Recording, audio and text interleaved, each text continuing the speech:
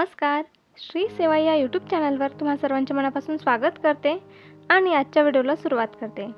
आज आपण लक्ष्मीपूजन कसे करावे, त्याचा क्रम कोणता आहे, कोणत्या पद्धतीने करावे, तसेच लक्ष्मीपूजन करताना काय काय करावे, कोणते मंत्र बोलावे, त्याचा पूजन विधी, पूजेची मांडणी, लक्ष्मीपूजन करण्यासाठी पूर्वतयारी काय करायची आहे, पूजेची मांडणी कशी करायची आहे, तसेच पूजन विधी काय आहे, कोणते मंत्र बोलावायचे आहेत, पूजा कशी करायची आहे, संकल्प कसा करायचा, त्यानंतर श्री लक्ष्मी मातेचा ध्यान मंत्र कोणता आहे, लक्ष्मी मातेची प्रार्थना कशी करावी आणि अलक्ष्मी निसारण कसे करावे याविषयी माहिती घेणार आहोत.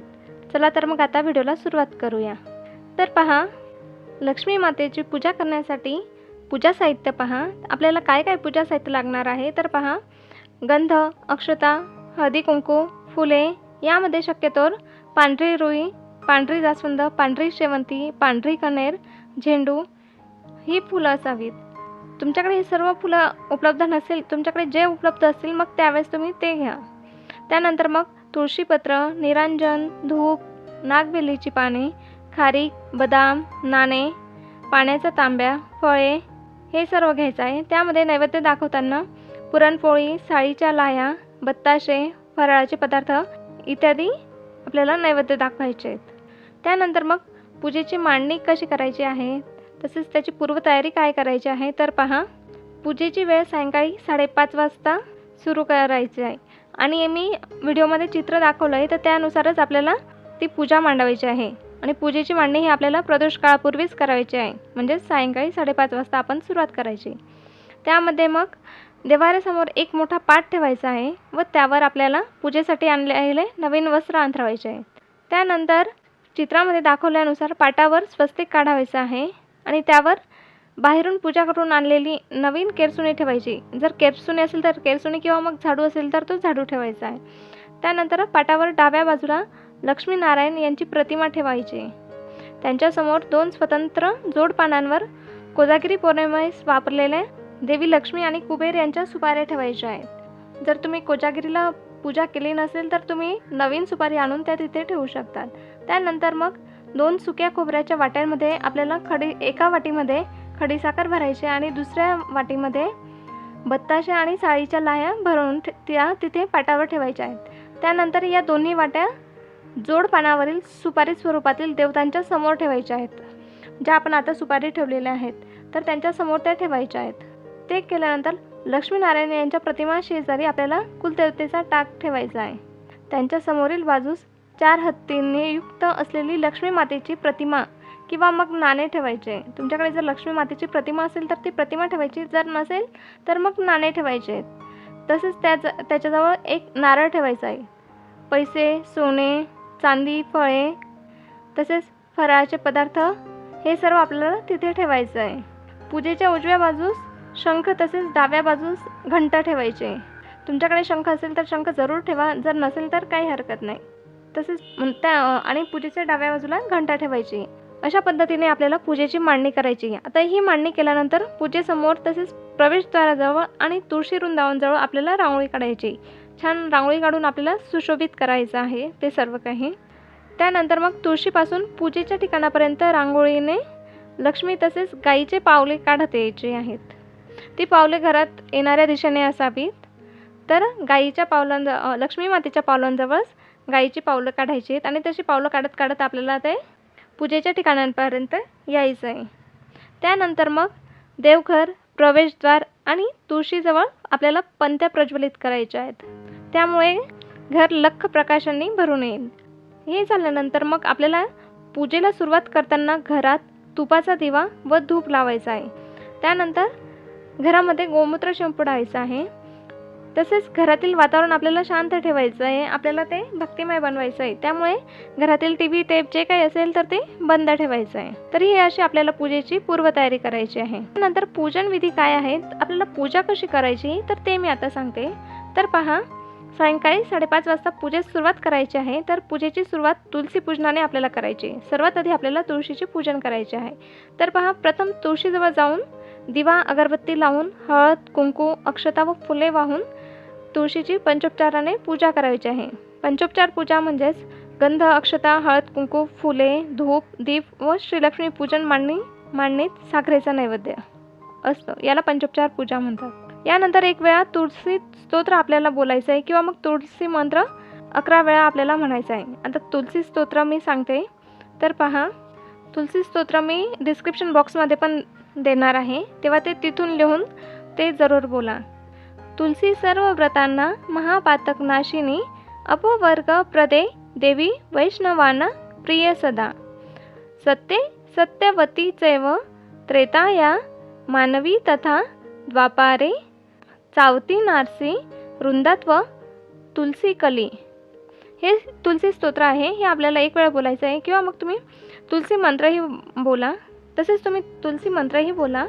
तुलसी मंत्र पहा, ओम ह्रीं क्लीं ए वृंदावने स्वाहा.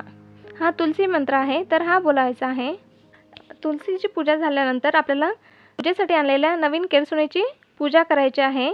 केरसुणी आपल्याला दरवाजाच्या बाहेरच ठेवायची आहे आणि तिथे दरवाजाच्या बाहेर पाटावर ठेवायची आहे आणि तिथे आपल्याला केरसुणीची हळद, कुंकू, अक्षता, धूप, दीप वाहून पूजा करायची आहे. त्यानंतर मग आपल्याला प्रवेशद्वाराजवळ पूजा करायची आहे. प्रवेशद्वाराची हळद, कुंकू वाहून पूजा करायची आहे. प्रवेशद्वाराची पूजा झाल्यानंतर आपल्याला आपल्या देवघराजवळ पूजेच्या ठिकाणी यायचं आहे. तेव्हा येताना बाहेर आपण पूजा केलेली जी केरसुणी आहे, तर ती केरसुणी घेऊन यायची आहे आणि चित्रात दाखवलेल्या जागी ठेवायची. त्यानंतर मग आपल्याला पुढील क्रमानुसार मग पूजा करायची आहे.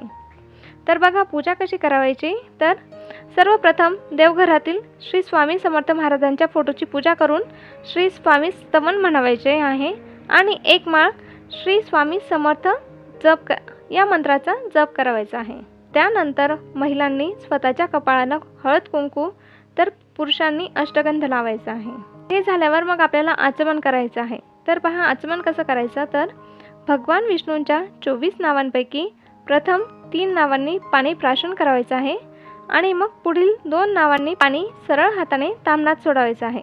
नंतर हात जोडून पुढील नावे म्हणायचे आहेत. आता ते नावे कोणती आहेत तर ते मी आता सांगते. तर पहा, ओम केशवाय नमः, ओम नारायणाय नमः, ओम माधवाय नमः, ओम गोविंदाय नमः, ओम विष्णवे नमः, ओम मधुसूदनाय नमः, ओम त्रिविक्रमाय नमः, ओम वामनाय नमः, ओम श्रीधराय नमः, ओम ऋषिकेशाय नमः, ओम पद्मनाभाय नमः, ओम दामोदराय नमः, ओम संकर्षणाय नमः, ओम वामनाय नमः, ओम प्रद्युम्नाय नमः, ओम अनिरुद्धाय नमः, ओम पुरुषोत्तमाय नमः, ओम अदोक्षजाय नमः, ओम नरसिंहाय नमः, ओम अच्युताय नमः, ओम जनार्दनाय नमः, ओम उपेंद्राय नमः, ओम हरये नमः, ओम श्रीकृष्ण परमात्मने नमः. ही नावे आपल्याला बोलायची आहेत. त्यानंतर मग आपल्याला प्राणायाम करायचा आहे. प्राणायाम करण्यापूर्वी विनियोग म्हणायचा आहे. तर तो विनियोग मी आता सांगते. तर पहा, वस्य परब्रह्म ऋषी परमात्मा देवता देवी गायत्री छंदा प्राणायामे विनियोग. मी परत एकदा सांगते. हा विनियोग तुम्ही एका कागदावर लिहा आणि मग बोला. तर पहा, प्रणवस्य परब्रह्म ऋषी परमात्मा देवता देवी गायत्री छंद प्राणायामे विनियोग. नंतर मग पुढील कृती करायची आहे. प्रथम मधल्या 2 बोटांनी डावी नाकपुडी बंद करून उजव्या नाकपुडीने श्वास आत घ्यावा व नंतर अंगठ्याने उजवी नाकपुडी बंद करून मनातल्या मनात गायत्री मंत्र म्हणायचा आहे. गायत्री मंत्र तर तुम्हाला सर्वांना माहितीच आहे, तरी पण मी सांगते. ओम भूर्भुवस्वः तत्सवितुर्वरेण्यं भर्गो देवस्य धीमहि धियो यो नः प्रचोदयात. हा मंत्र बोलायचा आहे. नंतर डाव्या नाकपुडीवरील बोट काढून श्वास बाहेर सोडावा व उजव्या नाकपुडीवरील अंगठा काढून घ्यावा. या क्रियेला प्राणायाम म्हणतात. नंतर उजव्या हाताने दोन्ही कानास प्रथम उजवा व तोंडास पाचही बोटांनी स्पर्श करावायचा आणि पुढील मंत्र म्हणायचा आहे. ओम आपो ज्योतिर् सोमृत ब्रह्म पूर्वस्वरोम. त्यानंतर हातात पाणी घेऊन संकल्प करायचा आहे. तर संकल्प कसा करायचा पहा. मी जे काही गोत्र असेल त्या गोत्राचं नाव बोलायचं. अमुक गोत्रात उत्पन्न अमुक नावाचा, म्हणजेच तुमचं जे काही नाव असेल ते बोलायचं किंवा नावाची. परब्रह्म भगवान श्री स्वामी समर्थ महाराजांचा किंवा महाराजांची सेवेकरी माझ्या घरातील व कुटुंबातील कायिक वाचिक मानसिक दारिद्र्य निवारण होऊन क्षेम स्थैर्य आयु आरोग्य ऐश्वर्य अप्राप्त लक्ष्मी प्राप्तीसाठी व प्राप्त लक्ष्मी चिरकाल संरक्षित राहण्यासाठी तसेच गुरु आई वडील यांची भक्ती सेवा व सानिध्य प्राप्तीसाठी तसेच घरातील क्लेश कलह निवारण होऊन घरात कुटुंबात एकोपा राहण्यासाठी यथाशक्ती यथाज्ञानेन दीपावली निमित्त श्री लक्ष्मी पूजन करीत आहे. त्यानंतर श्री गणेश ध्यान मंत्र म्हणायचा आहे. मंत्र पहा. वक्रतुंड महाकाय सूर्यकोटी समप्रभ निर्विघ्नं कुरु मे देव सर्वकार्येषु सर्वदा. नंतर कुटुंबातील सर्व सदस्यांनी सामूहिक पद्धतीने देवाऱ्यातील श्री गणेश मूर्तीवर अथर्वशीर्ष म्हणून अभिषेक करायचा आहे आणि मग नंतर पूजेच्या कलशात गंध अक्षता हळद कुंकू फुले वाहून गंगादी सप्त नद्यांचे स्मरण करायचं आहे. करून नमस्कार करावायचा आहे. ओम पुंडरीकाक्षाय नमः असे म्हणत पूजेच्या तांब्यातील पाणी सर्व पूजा साहित्य व स्वतःवर शिंपडवायचं आहे. त्यानंतर मग फक्त कुलदेवतेच्या टाकावर 16 अथवा 1 वेळा श्रीसूक्त म्हणून अभिषेक करायचा आहे. हा आधी तामणात ठेवायचा आहे आणि मग त्यानंतर करायचा आहे. अभिषेक झाल्यानंतर पुसून देवीचा टाक ठेवून गंध अक्षता हळद कुंकू फुले वाहून त्यांची पूजा करायची. त्यानंतर मग श्री लक्ष्मी ध्यान मंत्र म्हणायचा आहे. तर श्री लक्ष्मी ध्यान मंत्र काय आहे तर पहा. ओम कांत्या कांचन सन्निभा हिमगिरी प्रकृत्यतु बिरभजे हस्तुक्षिप तिक्षिप हिरण्यमय अमृत घटे रांचमाना श्रियम विभ्राना परमप्स युग्मभय हस्ते किरीटोज्ज्वला क्षोमाबद्ध नितंबबिंब ललिता वंदे रवींद्रस्थिताम. जे काही मंत्र बोलायचे आहेत स्तोत्र बोलायचे आहेत तर ते मी डिस्क्रिप्शन बॉक्समध्ये दिले आहेत. तेव्हा तिथून ते लिहून घ्या आणि मग पूजेच्या वेळेस ते बोला. ते बोलून त्यानंतर पूजा मांडणीतील सर्व देवतांचे गंध अक्षता हळद कुंकू फुले तुळशीपत्र वाहून पूजा करायचे. धूप दीप ओवाळायचा व पुरणपोळीसह अन्नाचा तसेच लाह्या बताशे फराळाचे पदार्थ फळे इत्यादींचा नैवेद्य दाखवायचा आहे. त्यानंतर माता लक्ष्मीची प्रार्थना म्हणायची आहे. त्याची प्रार्थना पहा. पूजिते देवी कमले विष्णू वल्लभे यथा चला कृष्णे तथा भवमयी स्थिरा चंचला लक्ष्मीचला तिरहरी प्रिया पद्मा पद्मालया सम्यगुचे श्री पद्मधारिणी आये नमस्तुभ्यं निधी पद्मदीपायच वंतुत्वत्प्रसादान्मे धनधान्यादी संपदा. ही लक्ष्मीची प्रार्थना आहे. त्यानंतर 1 वेळा तंत्रोक्त देवी सूक्त वाचायचं आहे व सप्तशती ग्रंथातील क्षमा प्रार्थना म्हणायची आहे. त्यानंतर आरती करायची आहे. श्री गणपतीच्या आरतीनंतर देवीची आरती म्हणायची आहे. पूजेच्या समाप्तीनंतर अभिषेकाचे तीर्थ सर्व घरात शिंपडवायचे आहे. लक्ष्मी कार्यक्रम असल्यामुळे कुटुंबातील सर्व सदस्यांनी सामूहिक पद्धतीने पुढे सेवा रुजू करायची आहे. तर ते सेवा करताना पहा. 1 माळ श्री स्वामी समर्थ मंत्राचा जप करायचा आहे. त्यानंतर 1 माळ श्री लक्ष्मी गायत्री मंत्राचा जप करायचा आहे. 1 माळ कमलात्मक मंत्राचा जप करायचा आहे. तर 1 माळ षोडशी मंत्राचा जप करायचा आहे. 1 माळ श्री विष्णू गायत्री मंत्र जप करायचा आहे. 1 माळ श्री विष्णूंचा मंत्र जप करायचा आहे. त्यानंतर 1 माळ श्री कुबेर मंत्र जप करायचा आहे. 1 वेळा गीतेचा 15वा अध्याय गीतेची 18 नावे हे बोलायचे आहेत. एक वेळा व्यंकटेश स्तोत्र बोलायचं आहे, एक वेळा विष्णू सहस्रनाम स्तोत्र बोलायचं आहे, त्यानंतर एक वेळा श्री रामरक्षा स्तोत्र बोलायचं आहे. तर हे स्तोत्र आपल्याला सर्व बोलायचे आहेत. तर ही देवीची पूजा झाल्यानंतर प्रसाद ग्रहण करायचा आहे. आपल्याला लक्ष्मी देवीची पूजा करायची.